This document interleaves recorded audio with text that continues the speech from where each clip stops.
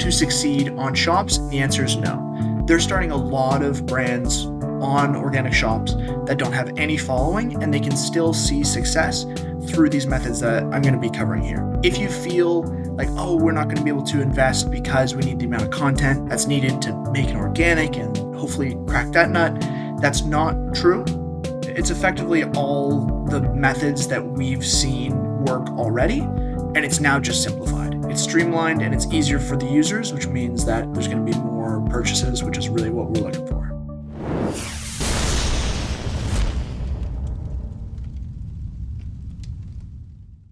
If you haven't yet used Motion, the creative analytics platform used by top e-com and D2C brands like Fiore, True Classic, The Farmer's Dog, Hexclad, and hundreds more to ship winning ads, here's why you should try it out.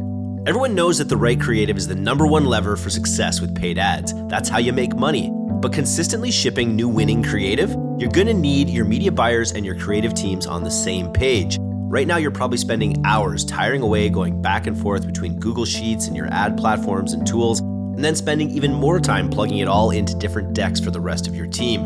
In a perfect world, you could have an elegant way to combine visual assets and performance data, so media buyers can save time and creative teams can get the details they need to make great ads all in one place. And that's where Motion comes in. In seconds, you can build powerful visual reports using data from your ad accounts. You can monitor your performance metrics and see your visual assets in the same platform. No need to go back and forth across multiple apps. You'll finally have media buyers and creative teams working together to create and scale your next big winner. If you're ready to learn how the best D2C and e-commerce brands use Motion to ship winning Meta, TikTok, and YouTube ads, book a demo today or start a free trial at motionapp.com/DTC. Even better, Motion offers a monthly subscription plan so you can dodge those annoying annual contracts. Get 50% off your first month when you use the link motionapp.com/DTC on sign up. It's all killer, no filler. I'm Eric, this is the D2C podcast, and today we're here with Spencer from our TikTok team to talk about TikTok monetization, TikTok shops. What's new on TikTok, Spencer? I feel like there's always something new on TikTok, something that somebody's talking about, either some controversy or successes. You know how it is in the DTC space. 100%. But overall, I think that it's a really, really good time to go over all the different avenues that people are finding success on TikTok, or all the avenues that people are trying to find success on TikTok, and then getting into what you alluded to, which is what everyone's talking about. The bulk of what I would want to cover, which is TikTok shops and how you as the brand can get on shops and how we can help do that. Amazing. And let's just again refresh I think there's probably a lot of people in our audience that have tried TikTok, haven't made it work necessarily. There's some that are making it work, and there's some that have kind of categorized it in their mind as like, oh, I'll figure that out in the future. I think it's good to start with the why, which is like TikTok is, I think, maybe you can back this up, but I think it's more popular than any other platform like it really at this point. I think Reels is still there and Shorts is obviously growing, but I feel like nothing is growing as fast as TikTok in this space. So it behooves you to listen in to this podcast and to, continue trying to figure out how to crack that nut. Would you agree? Yes, absolutely. It's on people's mind and they bring it up, and there is concerns from different areas of TikTok, and like, is it going to be something that is worth exploring?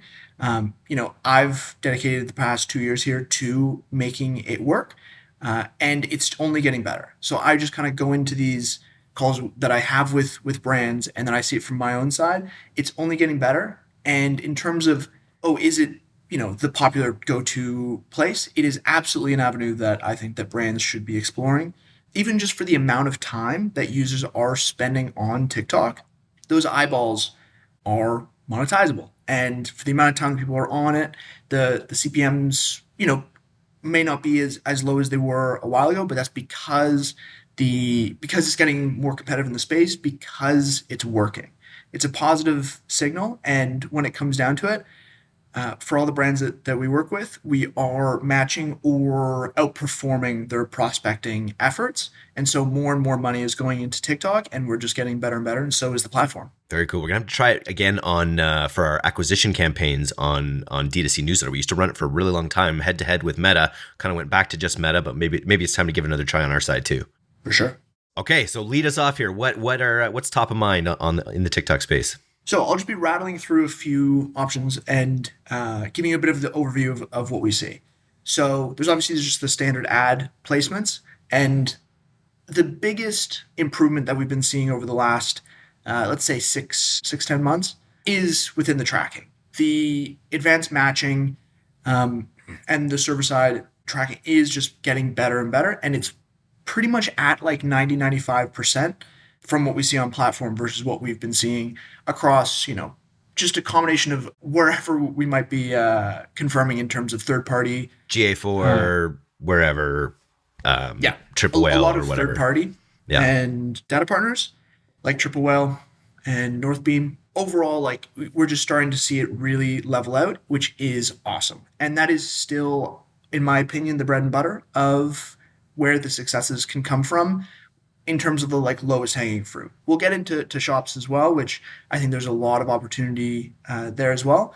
But for tried and true over the past 2 years and seeing consistent improvements, and thank goodness the creative fatigue is starting to improve as well in terms of we have winners now that are coming from our standard ad placements that in the past, say like a year ago, they might have only lasted us a month maybe, and just creative fatigue just takes over. We're now seeing that the way that they've matched up the algorithms and whatever they might have done on their end, as well as just the type of creative that we're making, we're able to run these creatives for 6 months plus and just be consistent winners that we're then just always trying to beat, which is awesome to see. And that brings us into the second point, which we have seen a lot of consistent winners come from, which is Spark ads. And you can do this either from posting organically and just whitelisting, and you can also put it onto private and dark posted it as well. This is essentially their version of boosting, right? Just for people not in the know, this is when you can take an organic post and you turn it into an ad, or as you're saying, you can dark post it so it's not on your feed and run it as an ad through a Spark post as well. Yes, and there's ups and downs of each in terms of deciding to just test through Spark ads versus not. From what we can see, the hit rate is better. The performance is equal, if not a little bit better. But the creative fatigue kicks in a little bit faster. That's Oh, just kind interesting. of typically what we see. But then the extra bit on top of that is it's obviously posted through your organic. So it has the shared engagement. So it looks really good through your organic, Mm. which then brings us to piece number three, organic. I'm not going to get too far into it. There's a lot of brands that specialize in it, and they do extremely well with just their organic plays, and they have consistent views. It's pretty tough to find that brand voice, and a lot of brands are working towards it. And that's kind of like very much from a social media management kind of perspective, but it does ultimately lead to sales, which a lot of people find success with. Very cool. Yeah, people do find sales successful generally. I think the creative fatigue thing is it's hard to or overstate what a big issue that is, because I think that's probably the main knock on TikTok as a platform for high volume advertisers. You're already on Meta having to feed the beast massively with creative. TikTok creatives maybe take a little bit more creativity, a little more elbow grease, and then the fact that they would burn out so quickly was kind of a downside for people getting into the platform. But that idea that now you can create winners that last 6 months, it makes me wonder, like, it's an influx of more advertisers, so they're probably having to saturate your ad less people in a shorter amount of time, so maybe it can like spread out longer. Maybe there's more people on the platform. Obviously, more and more people are joining the platform. So that's obviously going to have an effect on that. And then I guess it's just, how smart their algorithm is, which is just, you're seeing it just mature over the months. Yeah, maturity I think is the main word there. Like when it comes to the pool that we were hitting, like if you think about even just the maturity of their algorithm and their pools they have as like a complete payment or an add to cart user, it's just going to keep getting bigger and bigger. And kind of like Facebook, you can just start steering that boat. You're able to fill that pool more accurately. Yeah. And I think that's really what we're seeing. They've also just made some changes. I'm sure people on platform have noticed there are just more ads being shown. And so that all just kind of helps. And I think that they've also pulled back a little bit on their hard rules of like not wanting to show the same ad over and over. In the past, they've really kind of wanted to try to keep it super organic, which it still very much is. But I think they've lightened up on that a little bit. which kind of does help that once you get through, the entire audience that you're trying to hit, they feel okay kind of starting to go through and recycle it. So we have seen frequencies gone up, but that's paired with our conversion rate going up as well. So it all balances out, but that's just through the standard ads. And then when you mentioned that with Spark ads, they actually will, if you spark an organic post and boost it essentially with budget, it will show up on your organic feed as having, even it'll have the full paid views there. And so you'll could have one video that's much higher than your organics because you put budget behind it. Do you ever find a halo effect that when you start sparking posts that other organic posts get more love, or is it pretty siloed, do you think? It's slight. It's slight. Yeah. The organic should still be able to be self sufficient. From what I've seen, it's pretty common to just be trying out certain organic efforts, just a certain style that you think is going to work, and it just doesn't have a lot of momentum behind it. And then you spark one piece, it gets 100,000, 500,000 views on it through obviously paid, but then it doesn't help once you like post again that it's going to see that boost. You kind of still do need to find your footing. And I think that is kind of what makes organic like the tougher nut to crack, especially if you don't have, from the brand side, like a dedicated social media person and just somebody to let the people into the brand.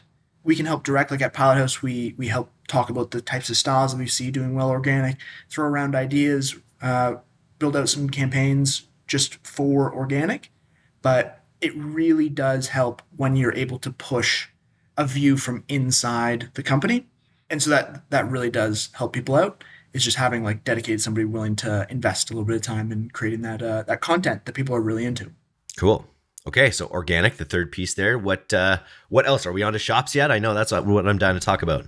Totally. We're on to shops. So it's the thing that people have been talking about for the last little bit. It's not new on people's minds, but they have recently just come out of their closed betas, which is awesome to see. So it's now open to the public.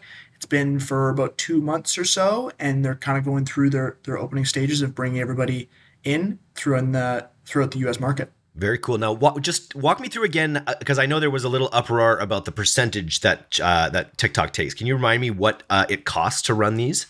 Ooh, it was very low. Yeah. I'm trying to remember it off the top of my head. I might have to grab it for you in a minute here. Okay. But I remember it being quite low. There's like, they'll take 1% of the sale and then like 30 cents on every transaction, something like that. I wouldn't quote me on it. Oh, I have it right here. It takes a 2% commission combined with a 30 cents per transaction fee for merchants, with plans to increase that to 8% in July. Okay. So it's just like the carbon tax in Canada. It will be small to start and then they'll ramp it up. Yeah. So I would love to just do like a broad overview for those that kind of can't quite place what shops might look like. And I will also start this and preface this by reiterating even what my reps have told us, especially when we've talked with brands, and that's, do you need a following to succeed on shops? And the answer is no. They're starting a lot of brands on organic shops that don't have any following, and they can still see success through these methods that I'm going to be covering here. So if you feel like, oh, we're not going to be able to invest because we need the amount of content that's needed to make an organic and hopefully crack that nut, that's not true. You can just have shops be on in the background. You can set it up. It will be attached to your organic, but it will help you out in 3 ways. One is that organic, just in terms of if people go to your page, there's the tab for shops, and you're able to just go through. And if you do have some paid traffic, if you have some organic traffic, that's where people are going to be going through. And that's where they're going to be able to do and go through that process of shopping for your product and using all their UI, and then everything gets covered past then. It's a really on-app experience that people are really warming up to, and more users are becoming purchasers through shops. And once they start adopting it, then it's going to become more and more popular.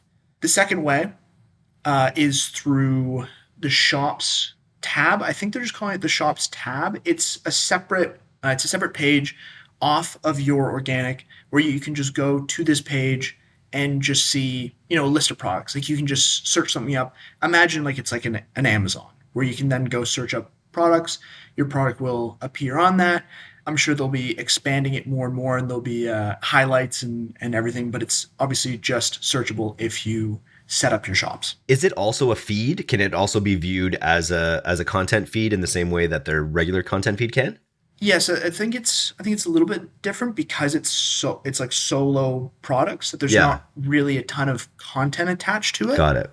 But I'm sure that they'll start linking out to a ton of different Yeah, avenues in terms of like I'd love to see live streams and the content, and it does bring it to the third, which this is really the value add of shops and where everybody is seeing success, and that's through the affiliate programs.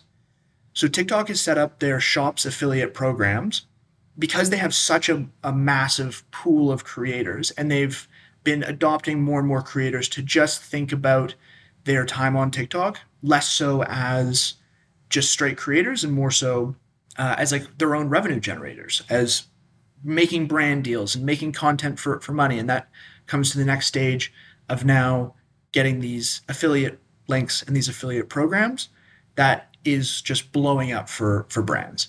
So through the shop's affiliate page, you just pretty much put out a case of here's the product, here's the selling points, and here's the affiliate percentage.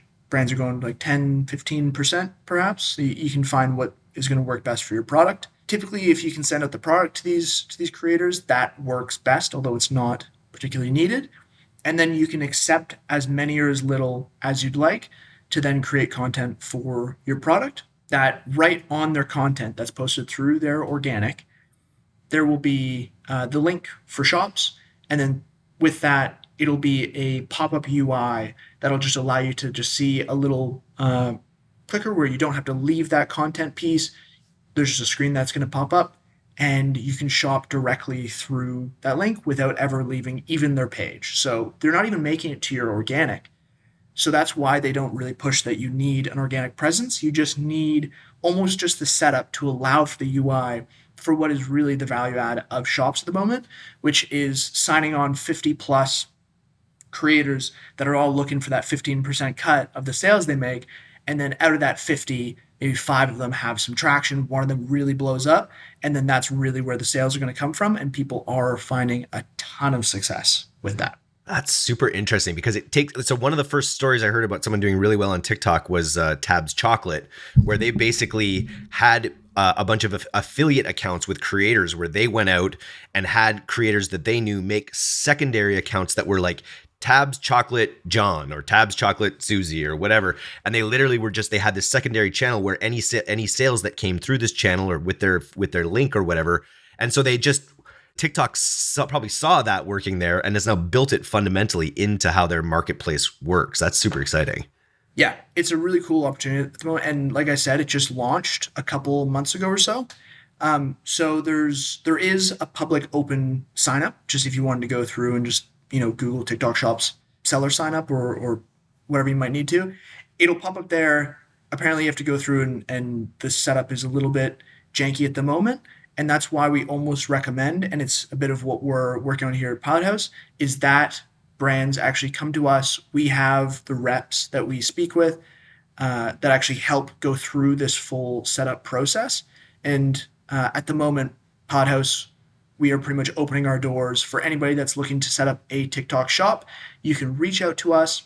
We'll bring you through the process absolutely free. We can talk about where the wins might be coming from on the platform. And there's obviously ways that we can help out organic and management as well, if you so need. But on top of that, we're really just here to help people out and get them set up on shops.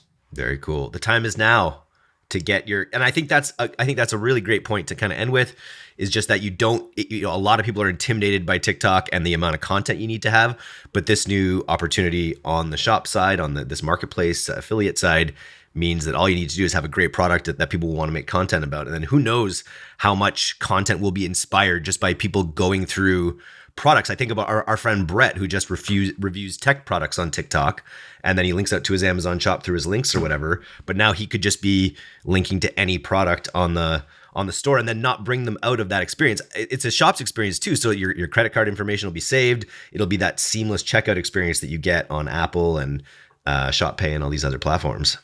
Yeah, that's exactly it. It's effectively all the methods that we've seen work already, and it's now just simplified. It's streamlined and it's easier for the users, which means that there's going to be more purchases, which is really what we're looking for. Amazing. Well, D2C audience, get on it. If you are looking to get on TikTok and you haven't already, talked to Spencer.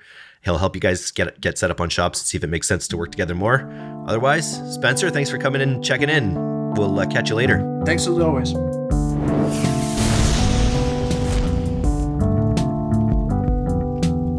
Thanks for listening to today's episode.